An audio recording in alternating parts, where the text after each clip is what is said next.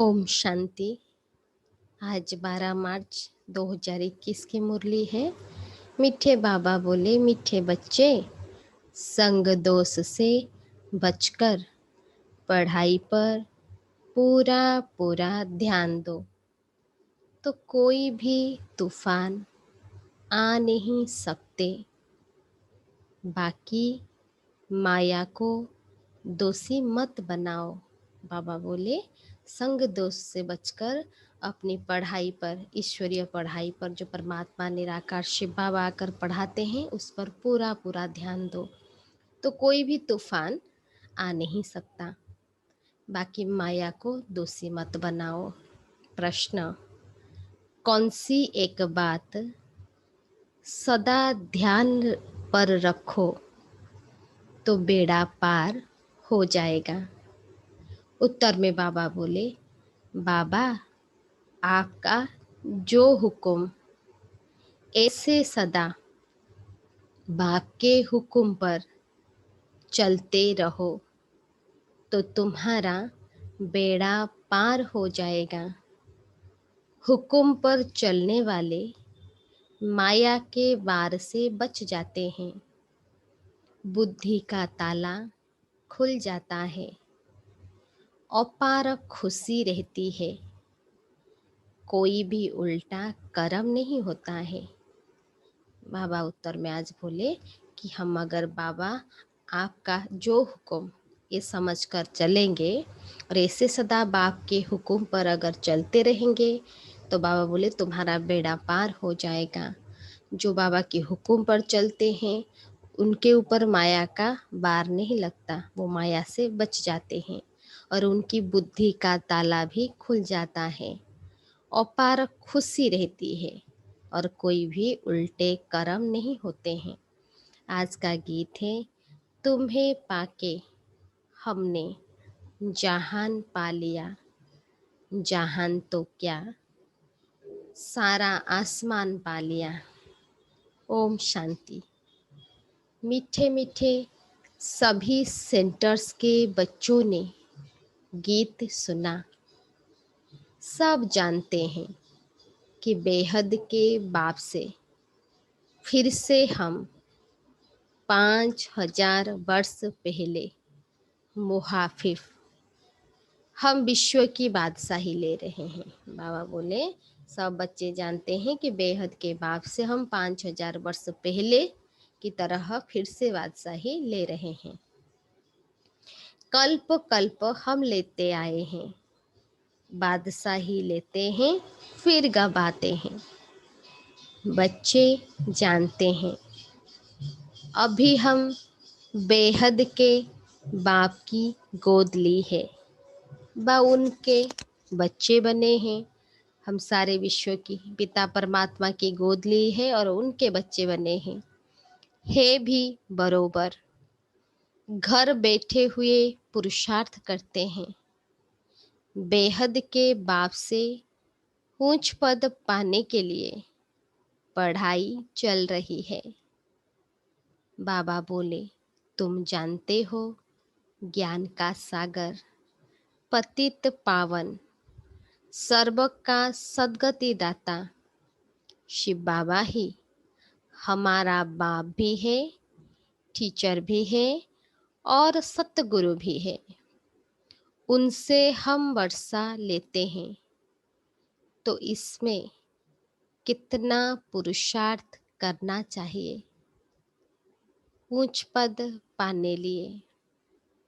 अज्ञान काल में भी स्कूल में पढ़ते हैं तो नंबरवार मार्क्स से पास होते हैं। स्कूल में भी जो बच्चे पढ़ते हैं, सभी के नंबर एक जैसे नहीं होती है, सब नंबरवार होते हैं अपनी पढ़ाई अनुसार। वहाँ ऐसे तो कोई नहीं कहेंगे कि माया हमको विघ्न डालती है, बात तूफान आते हैं। दुनिया में जो स्टूडेंट होते हैं, वो कभी नहीं कहेंगे कि हमको माया विघ्न डालती है या तूफान आती है। वो क्या समझते हैं, ठीक रीति पढ़ते नहीं हैं, बा बुरे संग में जाकर फंस पड़ते हैं। कब पढ़ाई उनकी डिस्टर्ब होती है? जब पढ़ाई ठीक से नहीं पढ़ते और बुरे संग में आ जाते हैं, तब उनकी पढ़ाई क्या होते हैं? डिस्टर्ब होती है। या खेल कूद में लग जाते हैं, इसीलिए पढ़ते नहीं हैं। बाबा बोले तो नापास हो जाते हैं। बाकी इसको माया के तूफान नहीं कहेंगे। चलन ठीक नहीं रहती, अगर चलन ठीक नहीं रहती तो टीचर भी सर्टिफिकेट देते हैं कि इनकी बदचलन है। बैड कैरेक्टर की सर्टिफिकेट भी मिलती है, टीचर देते हैं अगर उनके भी चलन ठीक नहीं।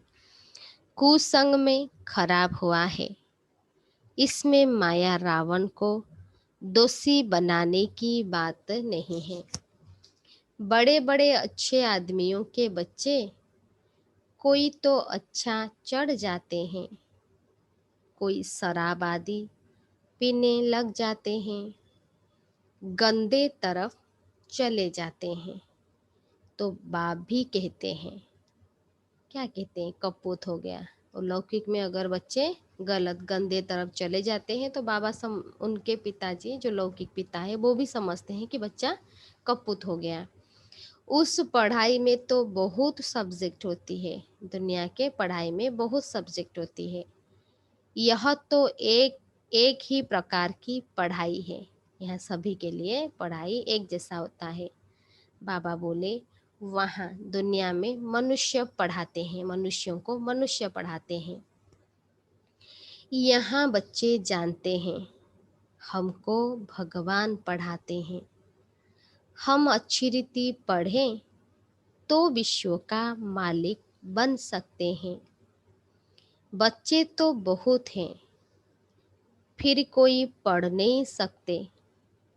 संग दोष में आकर के कोई कोई संग दोष में आकर पढ़ाई नहीं पढ़ते।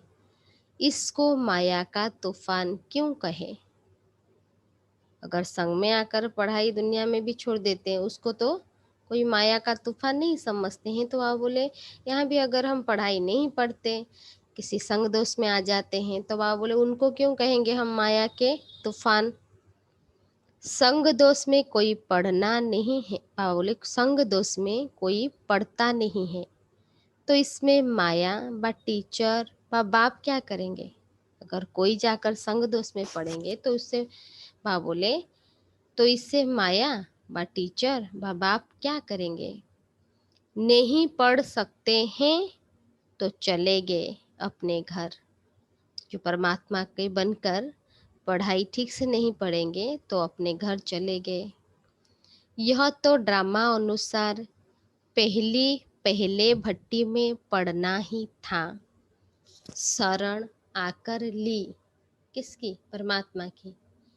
कोई को पति ने मारा, तंग किया, तो कोई को वैराग्य आ गया। घर में चल नहीं सकी, फिर कोई यहाँ आकर भी चली गई। नहीं पढ़ सकी तो जाकर नौकरी आदि में लगी व शादी की। यह तो एक बहाना है, माया के तूफान से पढ़ नहीं सकते। और दोष किसको दिया? अपने कमजोरी, पढ़ाई नहीं पढ़ पाए परमात्मा की पढ़ाई, तो जाकर क्या करे? चले गए, छोड़ के नौकरी किए या शादी की। तो वह बोले ये तो बहाना है, तो माया के तूफान से पढ़ नहीं सके ऐसे क्यों बोलते हैं?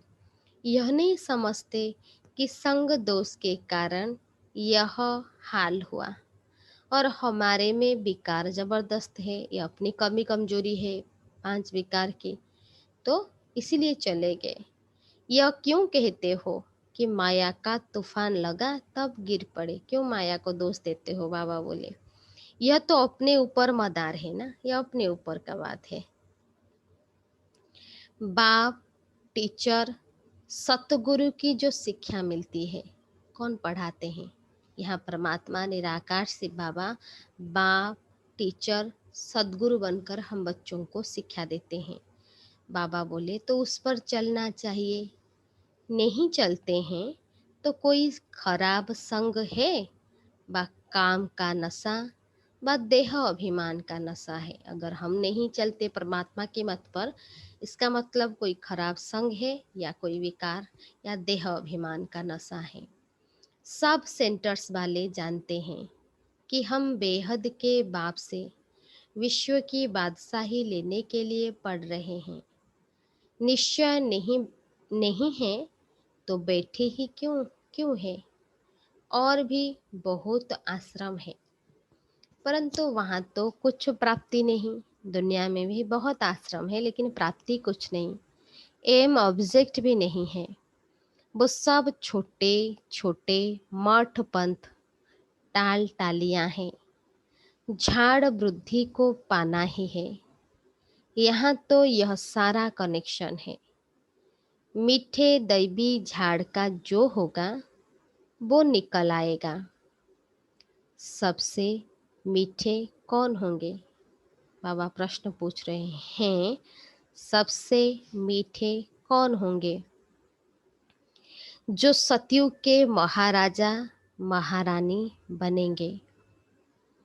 अभी तुम समझते हो, जो पहले नंबर में आते हैं उन्होंने जरूर अच्छी पढ़ाई पढ़ी होगी। सतयुग में जो पहले नंबर में आते हैं तो बाबा बोले जरूर उन्होंने अच्छी पढ़ाई पढ़ी होगी। वही सूर्यवंशी घराने में गए। जो अच्छी रीति पढ़े और पढ़ाए वही सूर्यवंशी घराने में गए। ऐसे भी हैं गृहस्थ व्यवहार में रहते अर्पणमय जीवन है। घर गृहस्थ में रहते हैं, ऐसे भी हैं जो परमात्मा को अपना सब कुछ अर्पण किया है। वो अपने को ट्रस्टी समझकर चलते हैं और बहुत सर्विस भी कर रहे हैं। बाबा बोले फर्क है ना। भले यहाँ भी रहते हैं परंतु पढ़ नहीं सकते तो और सर्विस में लग जाते हैं। पिछाड़ी में थोड़ा राजाई पद पालेंगे। चाहे हम सेंटर पे सरेंडर होके रहे, अगर नहीं पढ़ेंगे तो क्या होगा? तो बाबा बोला पद तो कम हो जाएगा ना। देखा जाता है बाहर गृहस्थ व्यवहार में रहने वाले बहुत तीखे हो जाते हैं पढ़ने और पढ़ाने में। कई बच्चे घर गृहस्थ में रहते भी पढ़ने और पढ़ाने में बाबा बोले तीखे हो जाते हैं। सभी तो गृहस्थी नहीं है। कन्या व कुमार को गृहस्थी नहीं कहेंगे। और जो वानप्रस्थी है वो 60 वर्ष के बाद फिर सब कुछ बच्चों को दे, खुद कोई साधु आदि के संग में जाकर रहते हैं। आजकल तो तमो प्रधान हैं तो मरने तक भी धंधे आदि को छोड़ते नहीं हैं। बोले पहले पहले क्या होते थे, 60 साल के बाद वानप्रस्थ अवस्था आती थी तो वो क्या करते हैं, घर छोड़कर अपने पुरुषार्थ करते हैं। लेकिन आज क्या होता है, 60 साल के बाद भी धंधा धोरी नहीं छोड़ते। आगे 60 वर्ष के बाद 60 वर्ष में वानप्रस्थ अवस्था में चले जाते हैं। जंगल में जाकर तपस्या करते थे। बाबा बोले बनारस में जाकर भी रहते थे। यह तो बच्चों ने समझा है। क्या समझा है बच्चों ने? कि वापिस कोई जा ना सके। कोई आत्मा वापिस जा नहीं सकता जब तक परमात्मा न आए। सदगति को पा नहीं सकते। कोई देहधारी को सदगति दे नहीं सकता। बाबा बोले बाप ही मुक्ति जीवन मुक्ति का दाता है। परमात्मा निराकार शिव बाबा सभी आत्माओं का जो पिता है वो ही मुक्ति जीवन मुक्ति का दाता है। वो भी सब जीवन मुक्ति को नहीं पाते। सब आत्माएं जीवन मुक्ति में नहीं जाएंगे। कोई तो मुक्ति में चले जाते हैं। अब आदि सनातन देवी देवता धर्म की स्थापना हो रही है। फिर जो जितना पुरुषार्थ करे, स्थापना तो हो रही है लेकिन पद कैसे मिलेगा? अपने पुरुषार्थ के हिसाब से। उनमें भी कुमारियों को चांस, अच्छा चांस है। पारलौकिक की बाप की बारिश बन जाती है। यहाँ तो सब बच्चे बाप से वर्षा लेने के हकदार हैं। हर आत्मा को ये हक है परमात्मा से वर्षा लेने का। वहाँ तो बच्चियों को वर्षा नहीं मिलता।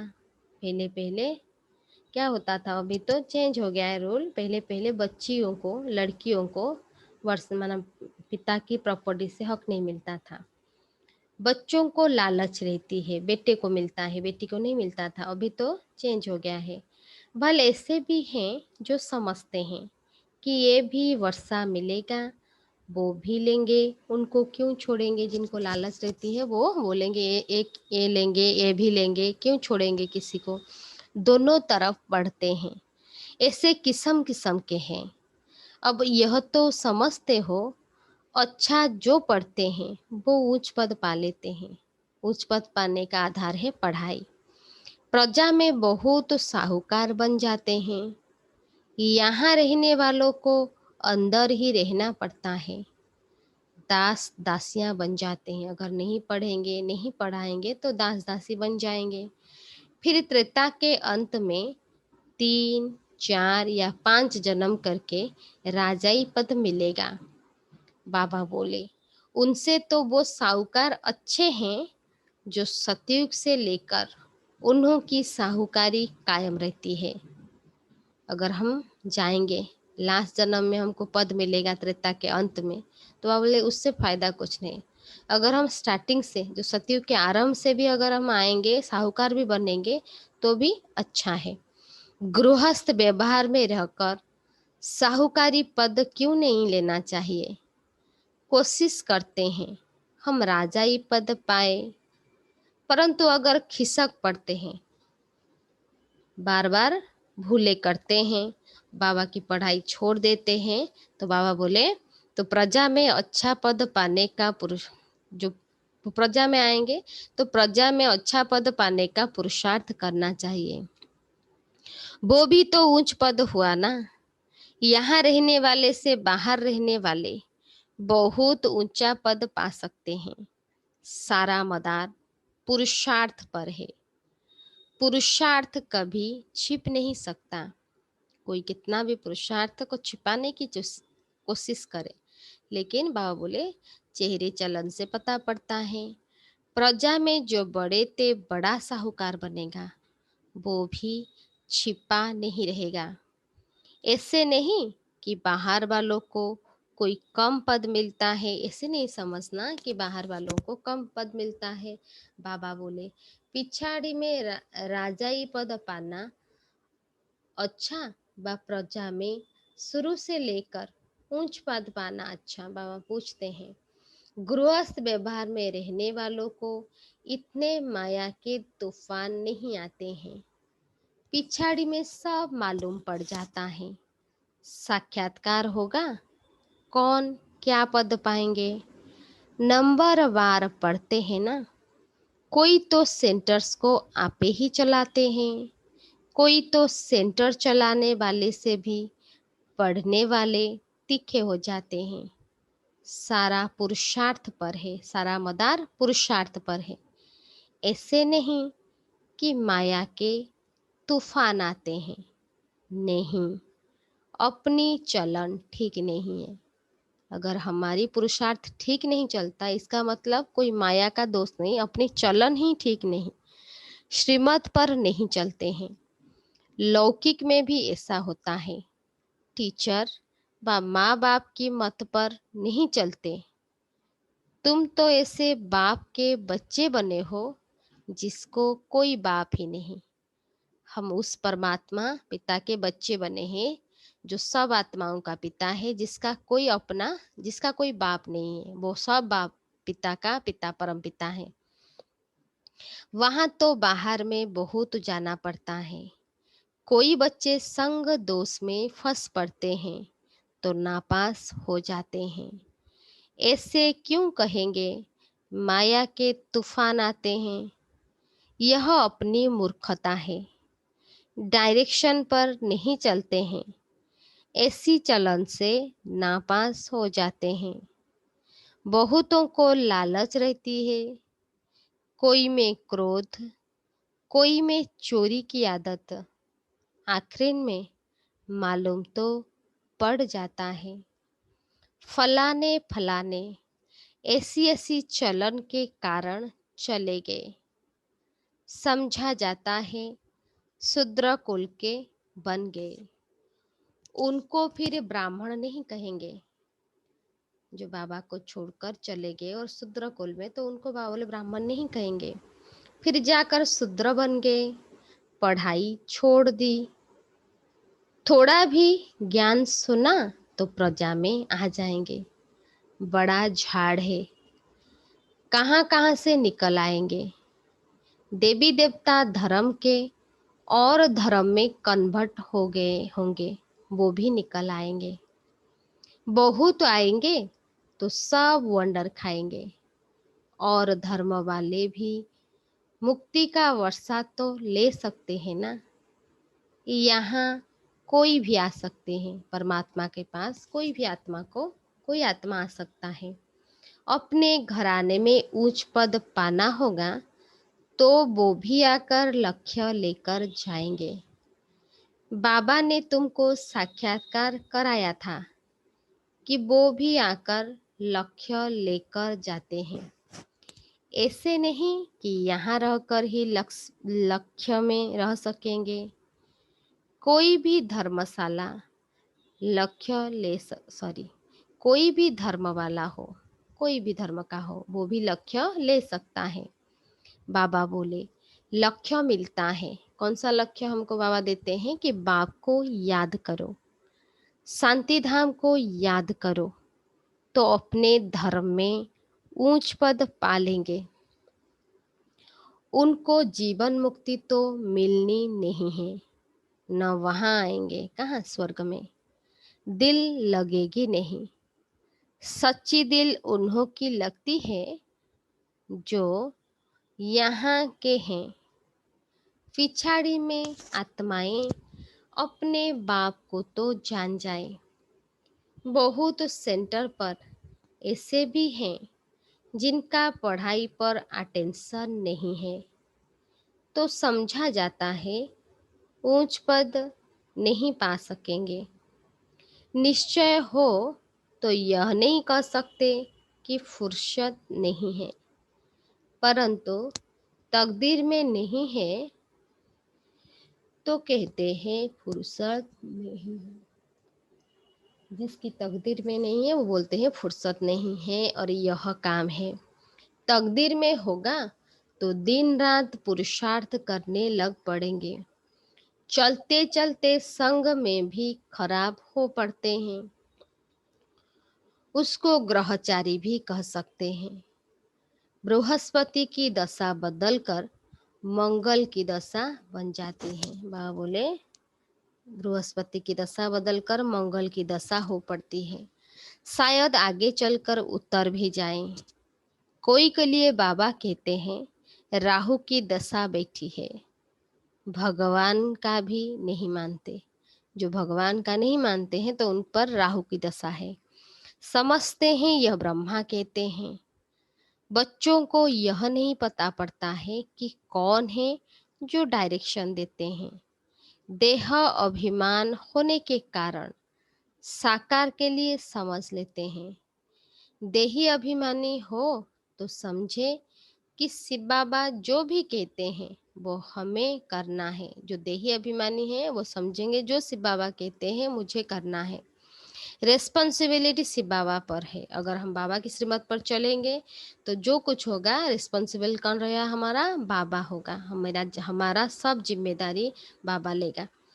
शिव बाबा की मत पर तो चलना चाहिए ना। देह अभिमान आने से शिव बाबा को भूल जाते हैं, फिर शिव बाबा रिस्पॉन्सिबल नहीं रह सकता। उनका ऑर्डर तो सिर पर धारण करना चाहिए ना।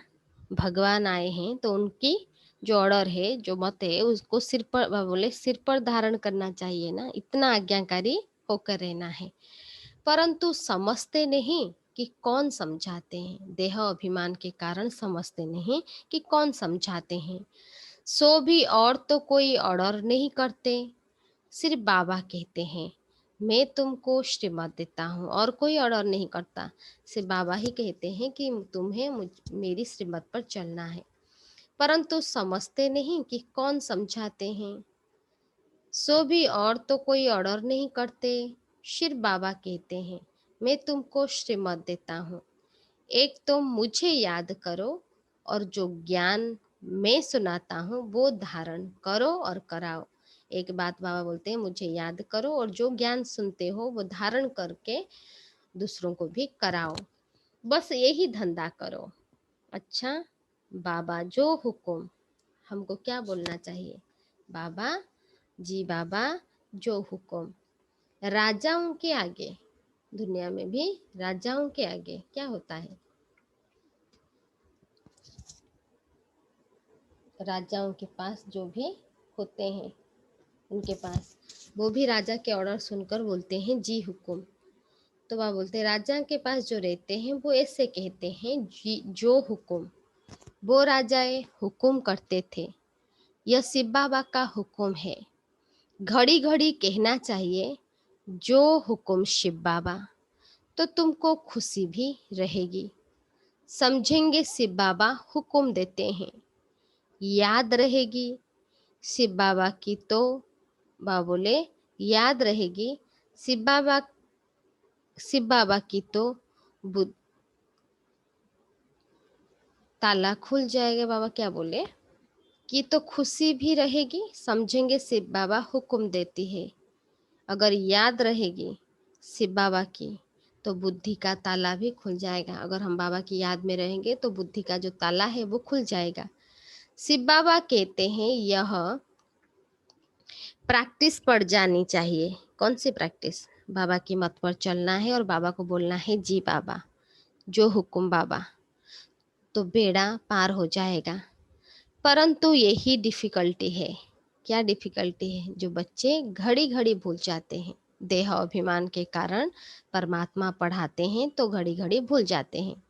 ऐसे क्यों कहना चाहिए कि माया भुलाती है? ऐसे नहीं कहना है कि माया भुला देती है। बाबा बोले हम भूल जाते हैं, इसीलिए उल्टे काम होते रहते हैं। जब हम खुद को और खुदा को भूल जाते हैं तो उल्टे कर्म करते हैं। बहुत बच्चियां हैं, ज्ञान तो बहुत अच्छा देती है, परंतु योग नहीं, जिससे विकर्म विनाश हो। योग से ही विकर्म विनाश होगा।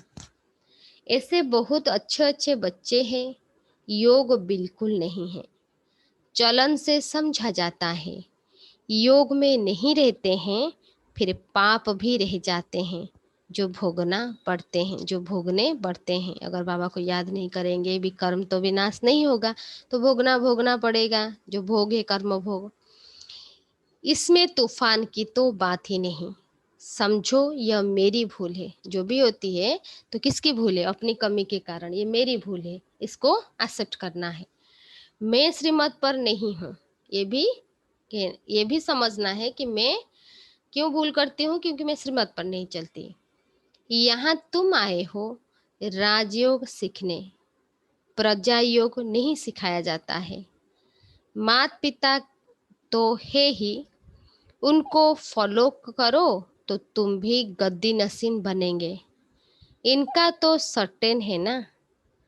यह बाबा बोले यह श्री लक्ष्मी नारायण बनते हैं तो फॉलो मदर फादर, और धर्म वाले मदर फादर को फॉलो नहीं करते हैं, वो तो फादर को ही मानेंगे और मानते हैं।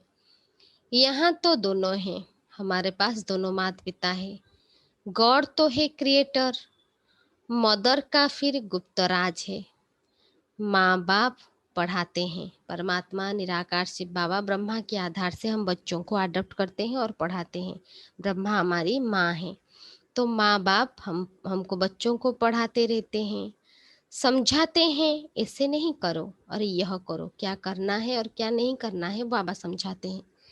टीचर कोई भी सजा देंगे तो स्कूल के बीच में देंगे ना। ऐसे थोड़ी बच्चा कहेगा कि मेरी इज्जत लेते हो। बाप 5-6 बच्चों के आगे भी क्या करेगा? थप्पड़ मारेगा।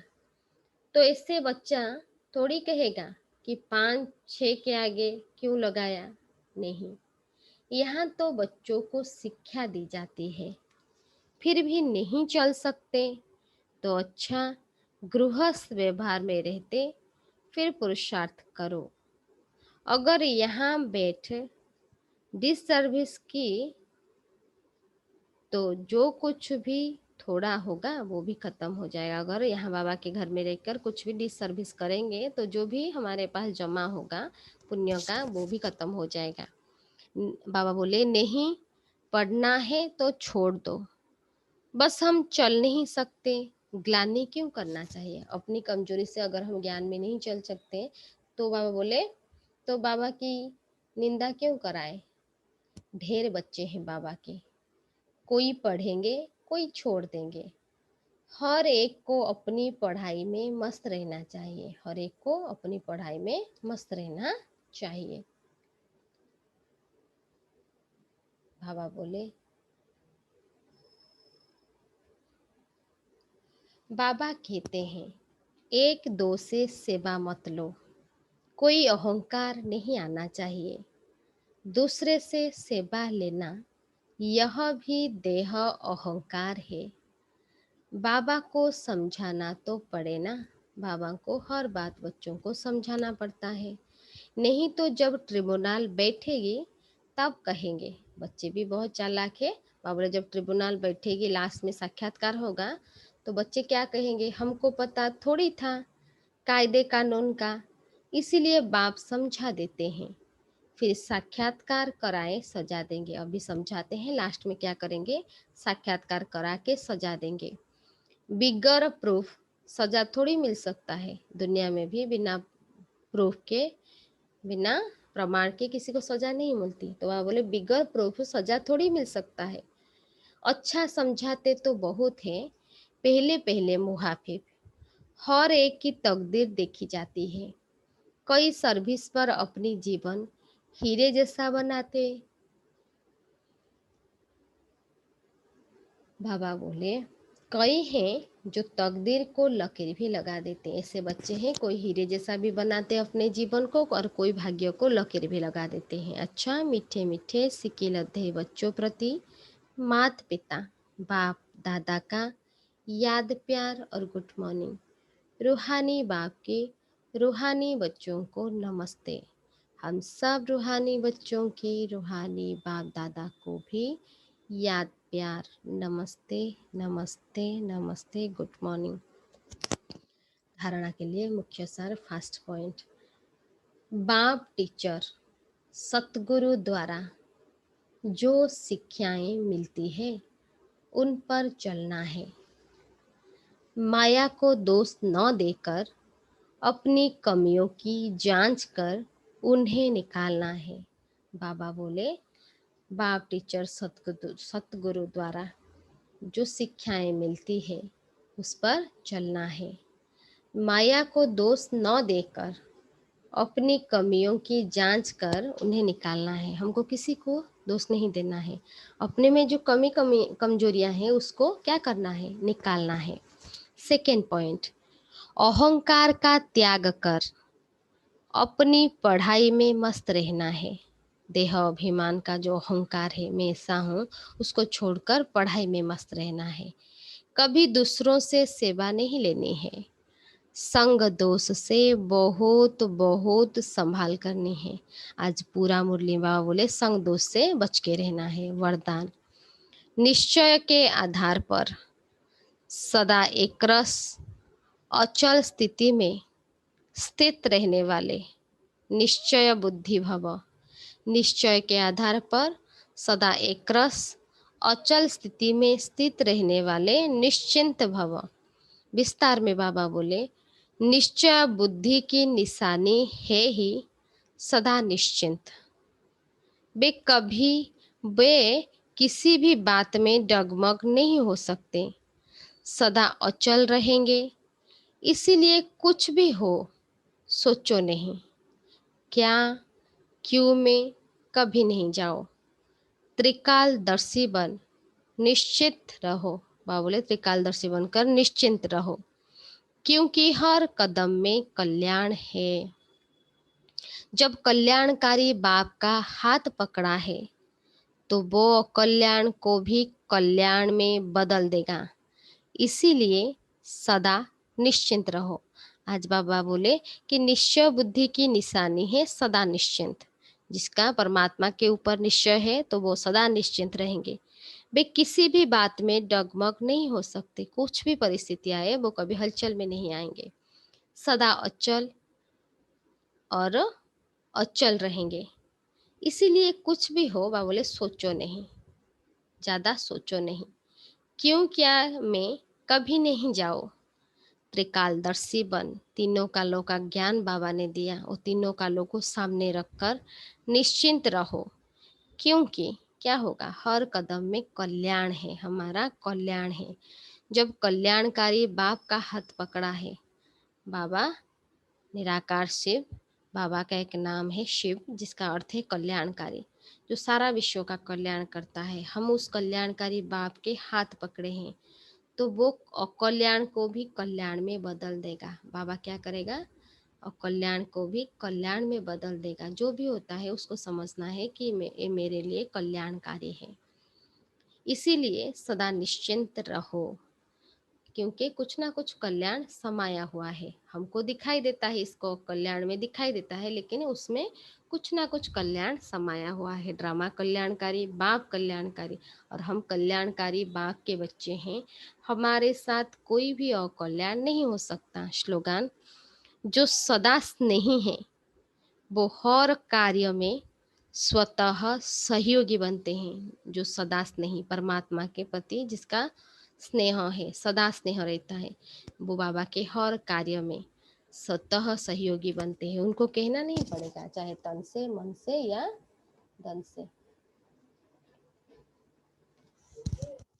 बाबा बोले, मीठे बच्चे, संग दोष से बचकर पढ़ाई पर पूरा पूरा ध्यान दो तो कोई भी तूफान आ नहीं सकता। बाकी माया को दोषी मत बनाओ। अच्छा, ओम शांति।